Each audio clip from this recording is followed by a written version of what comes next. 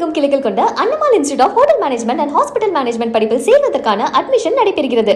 தமிழகத்தில் ஆட்சி மாற்றத்திற்கு பிறகு முதல் முறையாக ஆளுநர் உரை நாளை மறுநாள் சட்டப்பேரவையில் இடம்பெறவுள்ளது.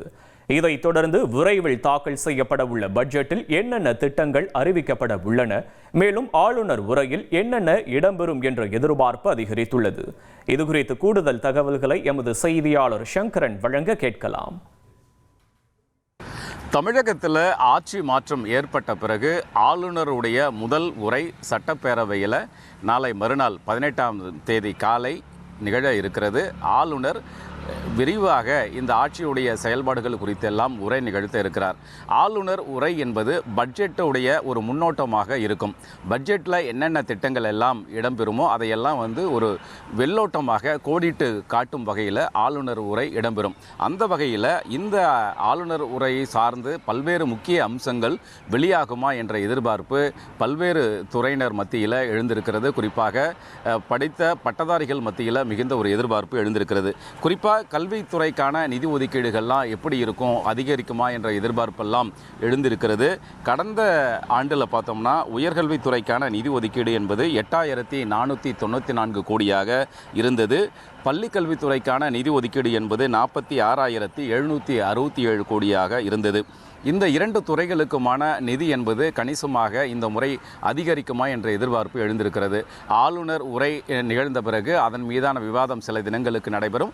அதைத் தொடர்ந்து மிக விரைவில் பட்ஜெட் தாக்கல் செய்யப்படும் என்று எதிர்பார்ப்பு இருப்பதனால இந்த கல்வித்துறைக்கான நிதி ஒதுக்கீடுகள் எப்படி இருக்கும் என்ற எதிர்பார்ப்பு எழுந்திருக்கிறது.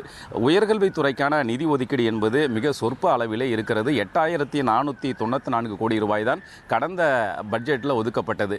இந்த துறைக்கு கணிசமாக நிதி ஒதுக்கீடு செய்ய வேண்டும் என்றும், குறிப்பாக ஆராய்ச்சி மற்றும் மேம்பாட்டு திட்டங்களுக்கு நிதி அதிக அளவில் ஒதுக்கீடு செய்ய வேண்டும் என்பது பேராசிரியர்களுடைய ஒரு எதிர்பார்ப்பாக இருக்கிறது.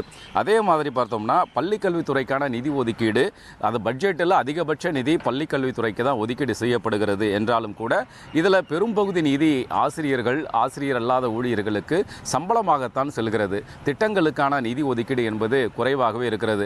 அதனால் இந்த முறை பள்ளிக்கல்வித்துறைக்கான அந்த நிதி ஒதுக்கீடு என்பது 50,000 கோடி ரூபாயை கடந்து செல்லும் என்ற ஒரு எதிர்பார்ப்பு நிலவுகிறது. ஏற்கனவே பள்ளிக்கல்வித்துறை அமைச்சர் திரு ராஜ்மோகன் செய்தியாளர்கள் சந்திப்பில் பேசிய போது தற்போது ஒதுக்கப்படக்கூடிய நிதி மிகவும் குறைவுதான், மிக அதிக அளவில் நிதி ஒதுக்கீடு செய்யப்பட வேண்டும் என்று தெரிவித்திருந்ததும் குறிப்பிடத்தக்கது. இந்த நிலையில் பட்ஜெட்டில் மேலும் சில அறிவிப்புகள் எல்லாம் வெளியாகுமா என்ற எதிர்பார்ப்பு நிலவுகிறது. ஏனென்றால் தேர்தல் அறிக்கையில் தமிழக வெற்றிக் கழகம் பல்வேறு வாக்குறுதிகளை எல்லாம் அளித்திருக்கிறது. குறிப்பாக அரசு துறைகளில் தொடர்ச்சியாக 5 ஆண்டுகள் வேலை பார்த்தவர்கள் தற்காலிக அடிப்படையில் ஒரு தொகுப்பூதிய அடிப்படையில் வேலை பார்த்திருந்தால் அவர்கள் பணி நிரந்தரம் செய்யப்படுவார்கள் என்ற அறிவிப்பு வெளியிடப்பட்டிருக்கிறது. அதே போன்று பகுதி நேர ஆசிரியர்கள் பணி நிரந்தரம் செய்யப்படுவார்கள் என்றெல்லாம் சொல்லப்பட்டிருக்கிறது. எனவே இதை சார்ந்த அறிவிப்புகள் ஆளுநர் உரையில் இடம்பெறுமா என்ற எதிர்பார்ப்பும் எழுந்திருக்கிறது. எனவே நாளை மறுநாள் சட்டப்பேரவையில் ஆளுநர் நிகழ்த்தவுள்ள உரை என்பது பல துறைகள் மத்தியில் பட்டதாரிகள் மத்தியில் ஒரு மிகுந்த எதிர்பார்ப்பை ஏற்படுத்தியிருக்கிறது. குறிப்பாக ஆசிரியர் நியமனங்கள் குறித்த எதிர்பார்ப்பையும் இந்த ஆசிரியர் தகுதி தேர்வு முடித்தவர்கள் எல்லாம் எதிர்பார்த்து காத்திருக்கிறார்கள். பள்ளிக்கல்வித்துறை கிட்டத்தட்ட 20,000 பணியிடங்கள் ஆசிரியர் பணியிடங்கள் காலியாக இருக்கிறது. அந்த பணியிடங்களை நிரப்புவதற்கான அறிவிப்புகள் எல்லாம் கூட ஆளுநர் உரையில் இடம்பெறுமா என்ற எதிர்பார்ப்பு எழுந்திருக்கிறது. தமிழகமெங்கும் கிளைகள் கொண்ட Annamal institute of hotel management and hospital management படிப்பில் சேர்வதற்கான அட்மிஷன் நடைபெறுகிறது.